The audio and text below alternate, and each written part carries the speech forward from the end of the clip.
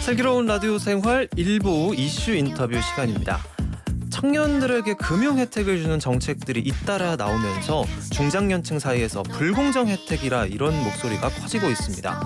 청년 금융 정책의 자세한 내용 그리고 또 어떤 문제가 있는지 이데일리 최훈길 기자 연결해 알아보겠습니다. 기자님 안녕하십니까? 예, 안녕하십니까? 네, 청년 금융 정책 일환으로 청년 도약 계좌가 추진 중이라던데요. 청년 도약 계좌 어떤 걸까요?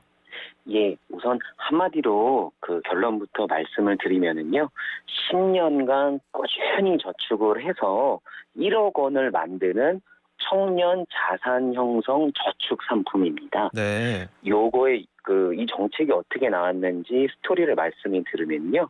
사실 윤석열 대통령이 대선 공약으로 청년 도약 계좌를 제시를 했습니다. 그 대통령직 인수위원회는 5월 3일 날 윤석열 정부 110대 국정과제를 발표했는데요. 그 국정과제에도 포함이 됐습니다. 그래서 제가 인수위 출입하면서 그때 요 내용을 챙기기도 했는데요. 그때 내용을 보면 윤 대통령은 청년 계좌를 통해 10년 만기를 채우면 정부가 저축 장려금을 못해서 1억 원의 목돈을 마련해 주겠다고 공식적으로 약속을 했습니다. 또 상품에서 발생하는 이자나 배당 소득 등에 대한 세제 혜택도 제공하기로 했고요. 근데 이걸 잘 살펴보면 문재인 정부 당시 도입된 청년 희망 적금하고 비슷한 부분이 있어서요. 네, 이름도 좀 비슷하더라고요. 예, 실제 내용도 저 추후에 구체적으로 설명을 드릴 텐데 내용도 좀 비슷한 면이 있습니다. 그래서 정권에 관계없이 청년 정책을 이어가는 의미도 있습니다. 그래서 이번 주에 사실 월요일 날 이제 사실 이 소식이 정부에서 발표한 건 아니고 기자들이 취재를 해서 이 소식을 이제 하나 둘씩 이제 보도를 하기 시작한 건데요. 이거 월요일부터 뉴스를 쭉 제가 보면서 반응도 보니까 내 집 마련을 위한 종잣돈이 될 수 있다. 1억을 모아서 내 집을 마련하는데 보태고 싶다 등 뜨거운 반응이 나오고 있습니다. 그렇다면 이렇게 뜨거운 반응이 이어지고 있는 청년 도약 계좌 가입 대상과 조건을 좀 살펴봐야 될 것 같아요. 예, 저도 궁금해가지고요. 요 상황을 한번 취재도 해보고 했는데요. 우선은 살펴보니까 금융위는 이르면 내년 상반기 출시를 목표로 준비 중이라고 합니다. 그러니까 현재로서는 가입 대상이나 조건이 최종 확정이 안 됐고요. 그래서 제가 취재를 쭉 해보니까 현재는 이게 다양한 가능성 그런 건 거론이 되고 있어서 제가 검토하고 있는 내용 내용 정도만 우선 내용을 중심으로 해서 취재 상황을 제가 설명을 드리겠습니다. 네, 알겠습니다. 예, 우선은 가입 대상을 제가 알아보니까요. 근로사업 소득이 있는 만 19세에서 34세 청년이 가입 대상이 될 것으로 보입니다. 일단 일을 하고 있어야 되네요. 예, 일하고 있어야 되고요. 이게 좀 차이점이 문재인 정부에서 나온 청년 희망 적금은 총 급여 그러니까 벌어들이는 소득이 3,600만 원 이하만 해당이 됐거든요. 네네. 연간이요. 근데 요런 이제 제약은 좀 없어졌습니다. 없는 방향으로 검토하고 있다고 합니다. 네. 그리고 소득 수준에 따라 매달 30만 원에서 70만 원을 저축해야 할 것 같고요. 이렇게 저축을 하면 정부가 비과세나 소득공제 혜택이나 정부 기여금 한 월 10만 원에서 40만 원을 보태서 매달 70만 원을 모을 수 있는 설계로 될 것 같고요. 왜 제가 30만 원, 70만 원 이렇게 달라지는지도 알아보니까 소득 구간에 따라 정부의 지원 정도가 다르다고 합니다. 네. 알아보니까 연소득 예를 들면 연소득 2,400만 원 이하는 매월 30만 원 저축하면 정부가 이제 기여금을 줘서 최대 70만 원을 맞춰주고요. 연소득이 4,800만 원 이상이다. 연봉이. 그러면 정부의 재정 지원 없이 세제 혜택만 받는 것으로 보이는데요. 향후 내용을 봐야 되겠지만 가입자 판단에 따라 주식형, 채권형, 예금형으로 상품 유형이 좀 더 다양해진 것도 청년 희망 적금에 비해서는 조금 형태가 좀 이렇게 다양해진 것은 다른 점이라고 합니다. 네, 제한은 풀면서 선택권은 조금 늘려준 모양으로 보이는데요. 청년 네, 희망 적금이 가입자들이 몰리면 또 정부나 은행 모두 상당한 부담이 될 수 있고 또 만기가 10년으로 길다 이런 부분도 지점이 되던데 우려되는 점 없을까요? 예, 말씀 말씀 주신 대로 재원 부담이 고민입니다. 정부 쪽에서도 이런 재정 부담에 대해서 고민을 하고 있는데요. 이 상품을 이렇게 뜯어보시면은 정부 지원이나 세제 지원 등을 통해서 연금리 3.5%의 복리 효과를 10년간 유지하는 게 핵심입니다. 네네. 그럼 결국 정부 지원금이 들어간다는 거는 결국 국고가 들어가야 된다는 거고, 그러면 당연히 국회 문턱을 넘어야 됩니다.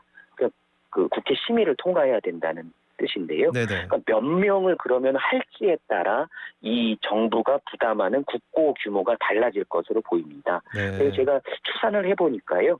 문재인 정부의 청년 희망 적금의 경우에는 그때 당시 정부 예상치가 그 38만 명이었는데 7.6배에 달하는 290만 명이 신청을 했거든요. 네, 워낙 혜택이 좋다 보니까 대부분 신청을 많이 하셨죠. 예, 맞습니다. 만약에 이번에도 이렇게 몰려서 인원이 만약에 많아질수록 국고 부담이 이렇게 커지게 됩니다. 그래서 일정을 알아보니까요. 기획재정부가 다음 달 말에 내년도 예산안을 이 상품이 내년도에 출시가 된다면 내년도 예산안에 들어가야 되니까요. 네네. 다음 달에 이제 내년도 예산안이 이제 정부 예산안이 발표가 되거든요. 그리고 9월 첫째 주에 국회가 제출되는데 그때 어떻게 되는지 한번 그때 체크를 해봐도 좋을 것 같고요. 두 번째로는 정부 말고도 은행권도 알아보니까 부담이 된다고 합니다. 그죠. 어떤 부담인지 물어보니까 연 3.5% 이자 수익을 10년간 보장을 해줘야 되는데 시중금리가 이보다 낮으면 그 차이를 은행이 부담하는 게 아니냐라는 걱정이 있고요. 또 하나 얘기를 들어보니까 청년층 20, 30대의 경우에는 결혼도 하고 전월 쓸 보증금도 내야 되고 목돈이 많이 필요하잖아요. 네네. 그래서 과연 10년간 장기 적금을 꾸준히 부을 수 있겠느냐 하는 좀 그런 고민도 하고 있고요. 근데 제가 조금 들어가서 요게 이제 문재인 정부에서도 청년 희망 적금을 이어받는 형태잖아요. 네네. 그래서 이제 국회 쪽에도 알아보니까 심의 과정에서는 분명히 이제 재정 관련돼서 진통은 있고 얘기는 나오겠지만 이 정책이 이어가는 거기 때문에 다수당인 더불어민주당이 방대한 명분은 크지 않다고 그렇게 얘기가 나오고 있고요. 참고로 이게 요번에 문재인 정부 청년 희망 적금 38만 명이 가입분에 해당하는 예산이 456억 원이었습니다. 근데 올해 제가 예산을 보니까요.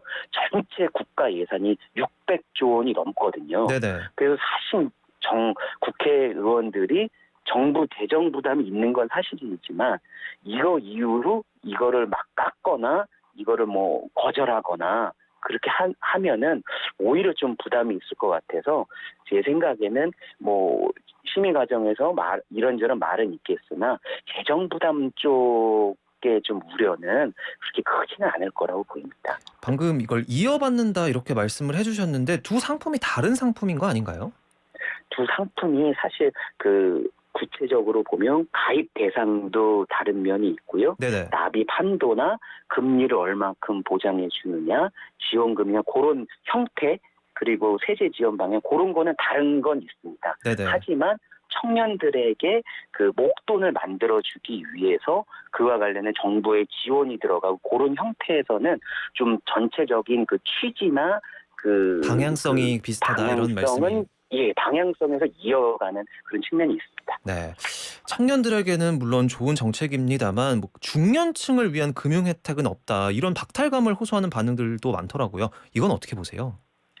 오히려 저는 제가 취재하면서 느낀 게요.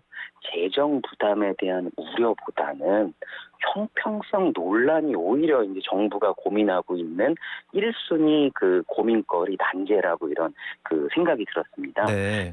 문재인 정부 당시 청년 희망 적금 때도 형평성 논란이 많이 얘기가 됐었는데 이번에도 이미 그런 얘기들이 많이 나오고 있습니다. 네네. 왜 청년들에게만 파격적인 혜택을 주느냐, 우리는 왜 그런 혜택을 해주지 않느냐라는 목소리가 우선 나오고요.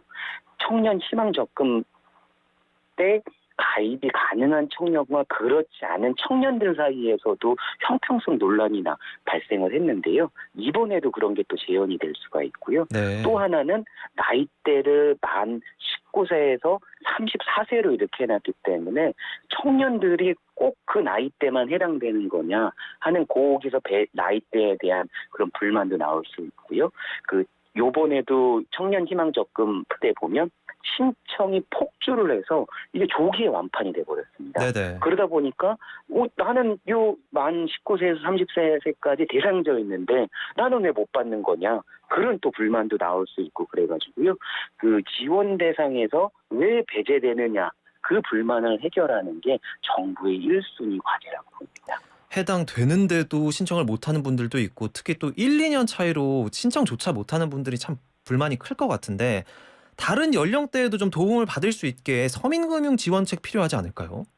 예, 그렇습니다. 제가 40대래 가지고요. 저도 한번 받는 게 있을지 키우는 입장에서 한번 찾아봤는데요. 네네.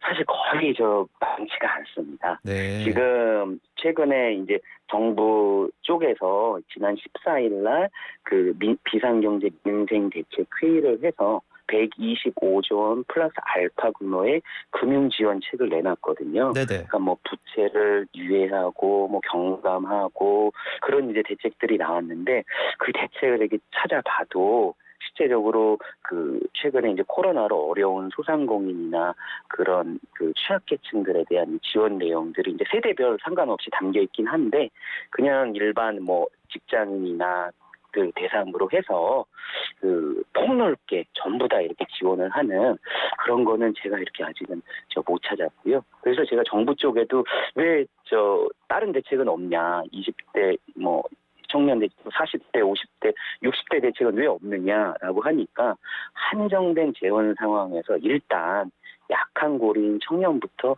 선택과 집중을 해야 하고 또 2030 청년층이 상대적으로 보유한 자산이나 소득도 적고 신용도가 낮고 또 부동산도 워낙 오른 상황이고 그렇기 때문에 그런 청년부터 정권 시작하는 초기에는 청년부터 이렇게 고려를 했다. 이런 설명을 들었습니다. 뭐 청년들이 힘든 거야 뭐 누가 반대할겠냐마는 사실 코로나로 인해서 힘든 사람들이 워낙 많아졌잖아요. 그러다 보니까 조금 불만이 나오는 것 같은데 사실 그거보다 더 논란이 됐던 게 얼마 전에 정부가 가상자산 비투로 인한 손실 채무까지 구제하겠다 이런 입장 밝히면서 논란이 됐잖아요. 예, 그렇습니다. 그 사태는 지난 14일 이제 금융위 발표가 알려지면서 이런 이제 논란이 이제 일기 시작했는데요. 조금 전에도 말씀드린 윤 대통령 주재로 해서 비상경제 민생회의에서 이런 내용들이 이제 보고가 됐습니다. 그러니까 그 당시에 이제 기사나 이런 걸 쭉 살펴보시면 비투로 인한 손실까지 탕감해준다 그런 뉴스들이 꽤 나왔거든요. 네네. 그래서 이게 왜 그랬을까 해서 저도 이제 취재를 해보니까 비상경제 민생회의에 오른 신속 채무조정 특례 제도를 신설하는 게 논란이 됐습니다. 이 제도는 잠깐 설명해 드리면 주식이나 코인 투자를 했다가 손실을 본 저신용 청년, 만 34세 이하고요. 신용평점 하위 20% 이하 저신용 청년에게 채무 이자율을 30에서 50% 감면을 해주고 월급 상환을 유예를 하고 또 저신용 청년들 이자율도 3.25% 적용하는 내용인데요. 결국은 이런 이제 구체적인 내용들이 알려지자 코인을 해서 비투로 해서 코인을 했는데 손실 채무까지 이렇게 구제해 주는 거냐? 이거는 좀 논리적으로 투자 원칙에도 맞지도 않다 하면서 좀 문제 제기가 많았습니다. 맞습니다. 성실하게 빚 갚은 사람만 억울한 거 아니냐 이러면서 도덕적 해이 논란도 있었고 여기에 대해서 뭐 투자 성공하면 사회에 환원하는 것도 아닌데 손실은 왜 내가 내 세금으로 메워주냐 이런 이야기들도 나오더라고요. 예, 그렇습니다. 비투 탕감과 관련돼서는 투자 실패를 왜 국민 세금으로 보전해 주느냐라는 논란이 지금 핵심적으로 불거졌는데요. 실제로 요거는 투자자의 자기 책임 원칙에도 어긋나는 그런 조치인데 제가 이제 가상자산 거래소 주요 거래소들을 이제 찾아가서 홈페이지를 딱 들어가 봤거든요. 네네. 그러니까 지난 5월에 루나 테라 사태가 터져서 폭락 사태로 많은 피해들이 있었잖아요. 네네. 그래서 지금도 가서 보면 그 공지로 이렇게 떠 있습니다. 가상자산은 초고위험 상품으로 투자자 자기 책임 원칙이 우선, 이런 거를 거래소마다 공지를 올린 상황이거든요. 네. 그래서 당연히 그 앵커님 말씀하신 것처럼 성실하게 빚 갚은 사람만 바보가 됐다. 빚탕감의 역차별 논란도 일고 있고요. 또 하나만 또 말씀드리면 이런 도덕적 외의 역차별 논란 외에도 밑빠진 독이 될 우려도 있습니다. 실제 코인 시장이 지금 끝모를 침체거든요. 네, 지금 맞습니다. 이번 주 좀 금리 인상, 미국의 금리 인상도 예상돼 있는데 이번에 만약에 정부에서는 어려운 이제 청년들을 위해 탕감을 한다. 그래서 이번에 만약에 한다 하더라도 실효성이 크지가 않을 수가 있습니다. 실효성이 낮을 수 있습니다. 네. 왜냐하면 현 침체 상황이 계속되면 앞으로 이게 더 그 코인이 하락할 거고, 그럼 계속 앞으로 빚을 이렇게 탕감해 줄 거냐. 그래서 결국 한계가 있는 대책이라는 지적이 나오고 있습니다. 마지막으로 이거 하나만 여쭤볼게요. 청년들을 대상으로 한 정책이 유난히 눈에 띄어요. 왜 그런 걸까요? 그러니까 우선은 제가 인수위에서도 제가 그 출입을 3월, 5월 그때 출입을 했는데요. 그때도 보면 정치권에서 어쨌든 뭐 선거를 앞두고 있고, 선거 전에도 아마 대선 전에도 그랬고요. 2030 표심을 겨냥한 정치적인 이유로 그런 어떤 많이 그렇게 발표하는 그런 좀 정치적인 이유도 있는 것 같습니다. 네. 하지만 그거와 별개로 또 왜 그럼에도 논란이 되느냐라는 걸 보면 조금 전 앵커님께서 말씀해 주신 것처럼 최근에 코로나 피해, 금리 부담, 경기 침체가 세대를 가리지 않고 모든 세대들에게 각자의 이렇게 짐을 지도록 점점 짐 부담이 늘고 있잖아요. 네. 최근에 조윤아양이나 세종에서의 극단적인 선택도 이어지고 있고, 이런 상황이 너무 힘든 게 큰 원인이 되는 것 그렇습니다. 같네요. 그래서 더 형평성 논란이 일고 있는 것 같습니다. 네, 오늘 말씀 여기까지 듣겠습니다. 감사합니다. 고맙습니다. 지금까지 이데일리 최훈길 기자였습니다.